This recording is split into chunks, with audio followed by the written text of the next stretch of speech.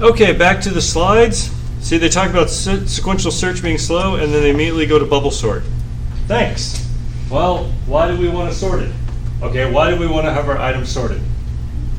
To search it. To be able to search faster. Thank you. So we can use binary search, right, to search faster. So we can utilize a faster search.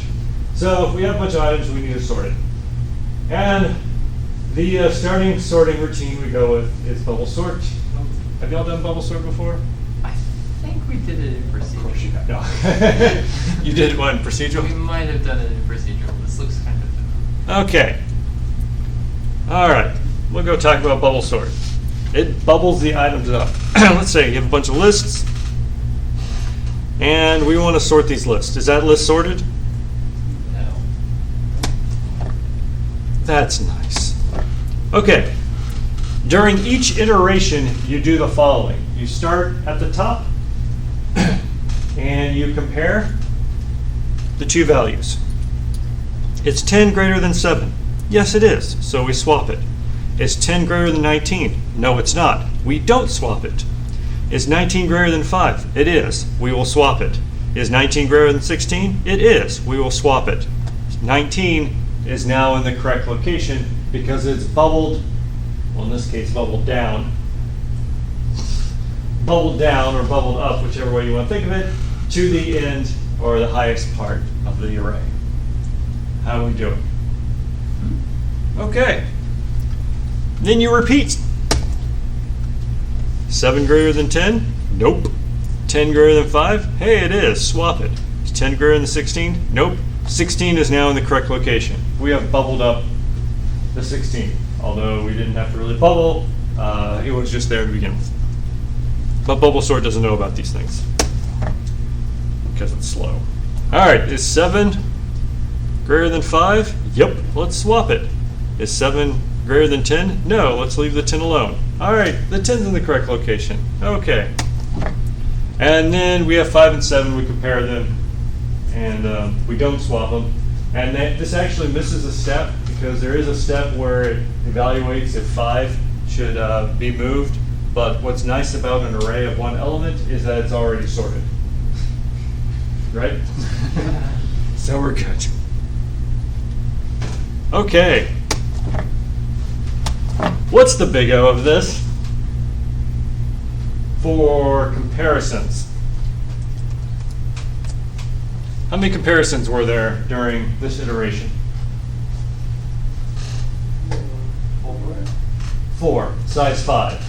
If there were 1,000,000 elements, how many comparisons would there be? 900. Or 1,000,000 minus 1. Yeah.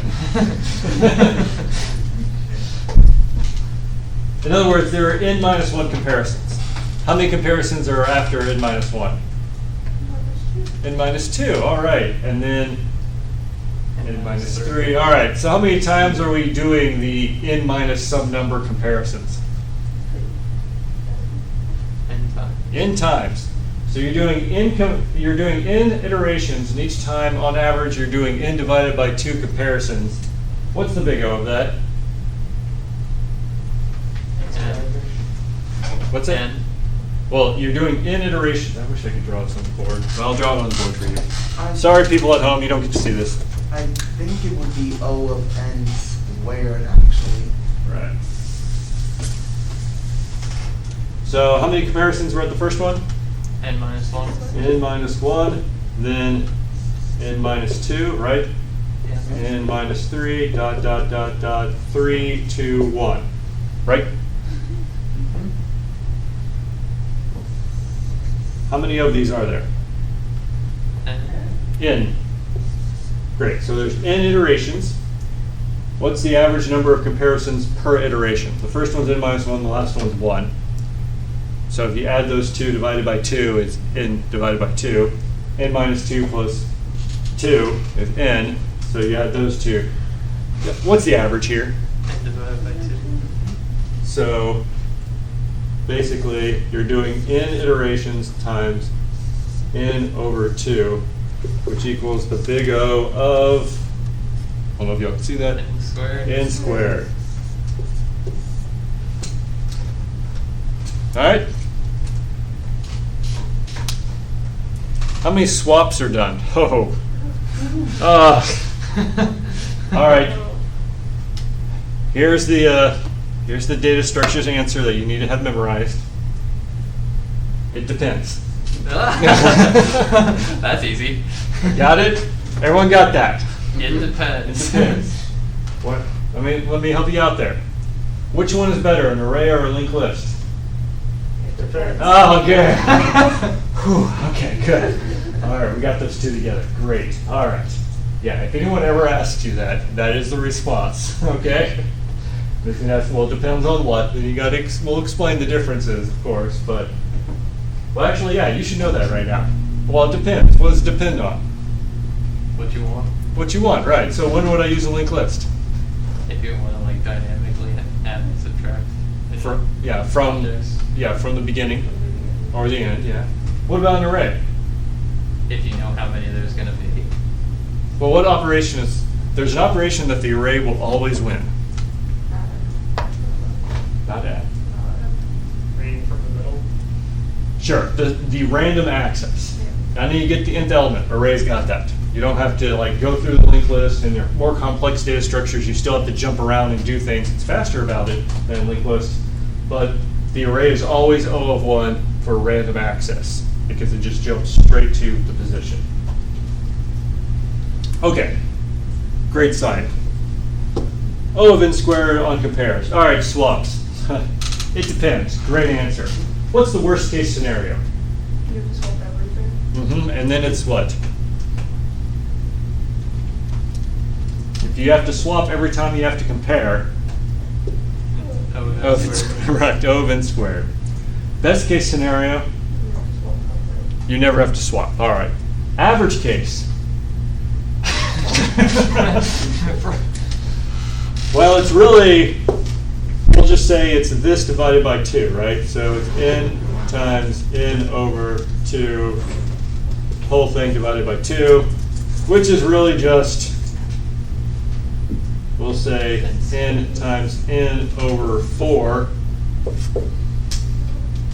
You know what? Let me write over here. N times n divided by 2, all divided by 2, which is really, we really mean this, over 4, which is big O of N squared. n squared. So comparisons is always n squared. On average, swaps is n squared as well as worst case. Yeah. Okay. I'll tell you right now, this is the slowest one, but it's going to have one huge advantage over every other sorting routine. And let's see if we can figure out what that is.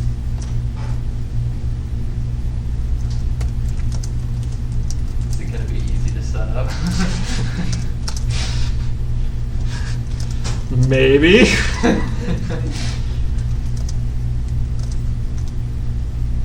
many elements is that? 1, 2, 3, 4, 5, 6, 7, 8. All right, someone else write a number. Nice. It's got to be that. Okay. Let's go void bubble sort int star array int size. Go down here. Bubble sort array to sort. And then we'll just do this.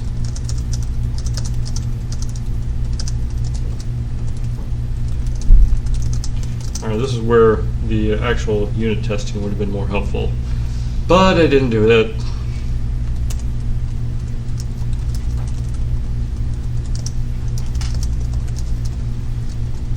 All right, let's go see if that prints it out. Those aren't in order. Good. All right.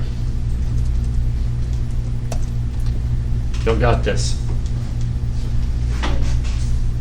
Oh, the slide had the answer.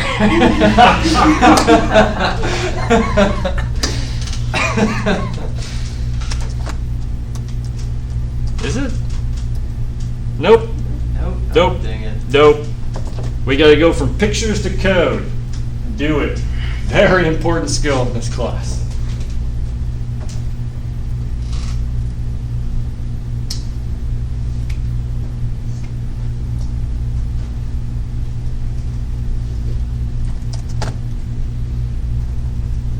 For loop, great.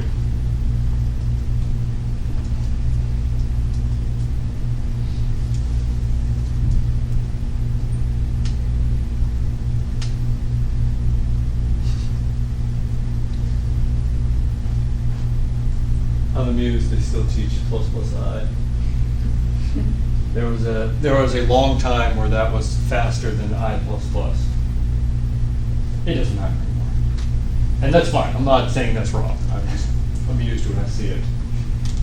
I remember seeing on forums that was, so now I always do it, but So now, yeah. Well, for a long time it made a difference. Not anymore. Not at all.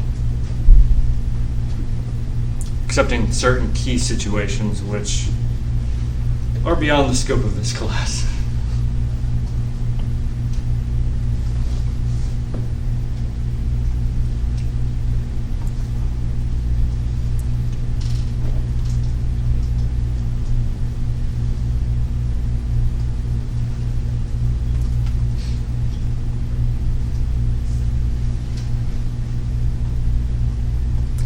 Curly.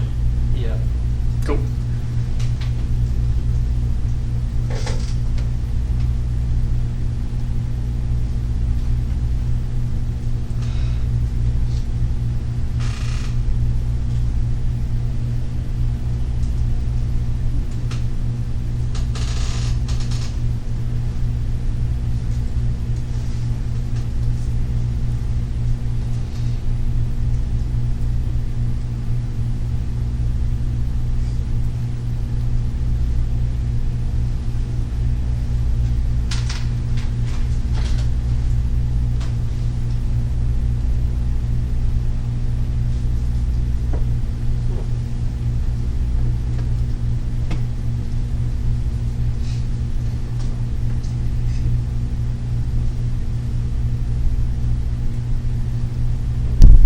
Nice.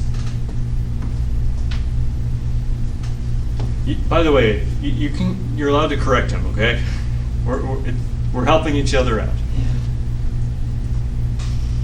I stay silent with a lot of errors just to enforce how fixing them can be difficult and how to go about them, because you're all going to make them. All right, perfect. Or not perfect, but good. Anyone see an error? There is one.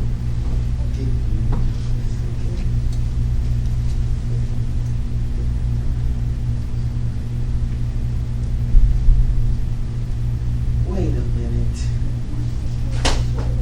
What? Wait a second, I see it. Did you have it? Nope. There we are. Yes. Why do we need to do that?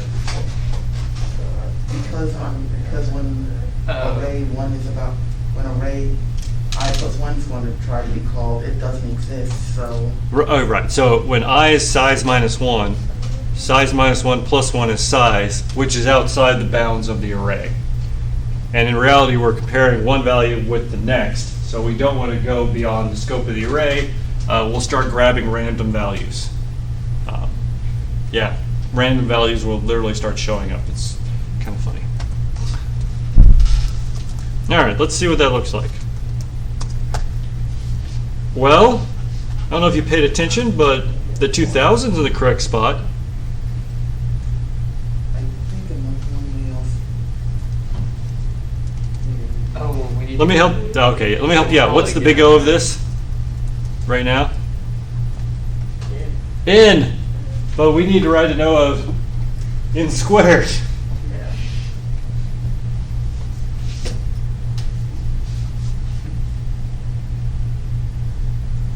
We're so close.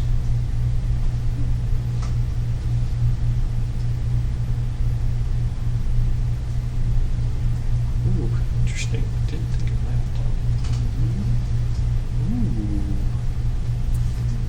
Ooh. Ooh. You guys are making me nervous. No, I like it. I like it. Size, yeah. You probably want to subtract 1 from size, otherwise this is never going to end, right? No, I mean, we also may need something to stop that. Yeah, that so, case. hold on. Also, this needs to be down here.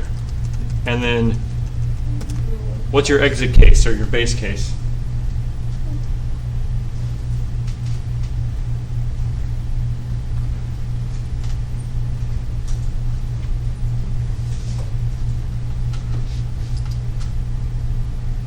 Less than 2. Because if it's 1, Yeah. if it's 1, we're great. If someone throws in something that's the size of less than, then you just want to ignore it anyways. Oh, this is nice. I like this.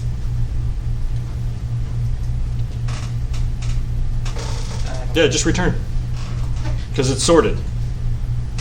An array of size 1 or less is sorted. All right, let's see what that does. Looks good. All right, so this is the recursive version, which I've never had a class do, so good job. No, I like it. I really like it. Seemed natural to me. I mean, it could be that recursion does take a bit of time to fully understand. It does. People coming from a heavy math background, recursion is more obvious in this Oh. situation. Yeah, if you have a heavy I math... took Calc 2 last semester and say that's Right. If you've done a lot of math, the recursive makes way more sense. And actually is very helpful because, yeah, you're like, well, I solved this. Oh, I just need to keep doing this. Go, right? Yeah. We're good. If it ain't. They're both going to be- Right. No. This is a perfectly acceptable solution, and I like it. But I do want to show you the other version of it, called the iterative version. Is that just another for loop? Yeah. Yep. That sounds way harder. Well, It depends.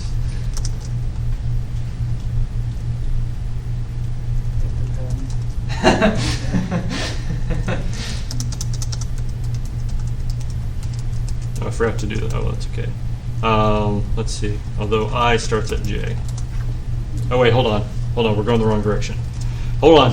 We're bubbling up to size, so it's really size minus J.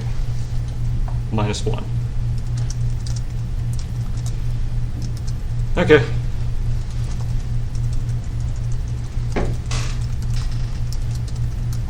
Let's see if I typed that correctly. Yep, I got it.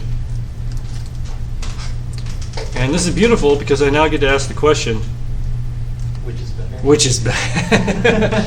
Oh, you know I me think I've got already. the answer for you. It depends. Yes. Yes. All right. So who prefers the first one? Oh, we got some. Okay. Who prefers the second one? Okay, cool. That's fine. Why do you prefer the first one? It looks pretty. It looks Yeah, it does. It looks nicer. Okay. Yeah, you don't have this nested for I don't the like flying V, this. right? You see, I don't like that. the flying. I call it the flying V. Yeah. I mean, you got the start of a flying V. Sometimes there's not much you can do about that, right? But it does get rid of the flying V. Got it. All right, but iterative. Why do you prefer the iterative one? I'm scared of Stack Overflows. Also, isn't it like faster? Isn't recursion like slow? Yes. So, okay. All right. Let me give you a moment here to explain this right. When you take architecture, the cost to do recursion is more than the cost to iterate in a for loop. But when it comes to big O, that does not matter. If I can explain that in general, that is not your problem when writing these algorithms. Please understand that. Like, yes, recursion is slightly slower, but not by a whole lot. Most of the time when you're writing an algorithm, that just does not matter because the big O matters way more than your actual implementation. Implement it the way that makes sense. In other words, make it work. Really, this is the order nowadays. Make it work, make it secure, make it pretty, make it fast. Making it fast in general is the last thing you do. The reason for that is a lot of times we make it correct, secure, pretty, you ask the customer, is this fast enough? And he's like, yes. There's no need to try and make it faster. You saved yourself some time. On the flip side, there are definitely situations, operating systems in particular, where the difference here makes a significant difference. But if you're not going to be a systems programmer, do it the way that causes you fewer errors, because that's going to make you more productive. All right? I want to make sure that you understand the recursive solution, even though a lot of your times like the faster solution's better. Well, it depends on what you're optimizing. Are you optimizing the speed of the program, or how quickly you can write an accurate solution? Because a lot of times, just writing the accurate solution is what matters way more than a faster solution. After all, I can write a really fast solution that gives you the wrong answer. I can do that. I got that down. And I'm sure y'all do too. Just return the number. Okay, we good on that? So you see how it's not necessarily one is better than the other. That's the most important thing to understand. All right. And if one person just prefers the iterative solution, that's fine. If one person prefers the recursive, that's fine. It's important that you're able to work with both. All right, end of speech. Any other questions? Comments? All right. No comment, no asking for screens yet, so it's not class over. Well, no, it wouldn't be class over until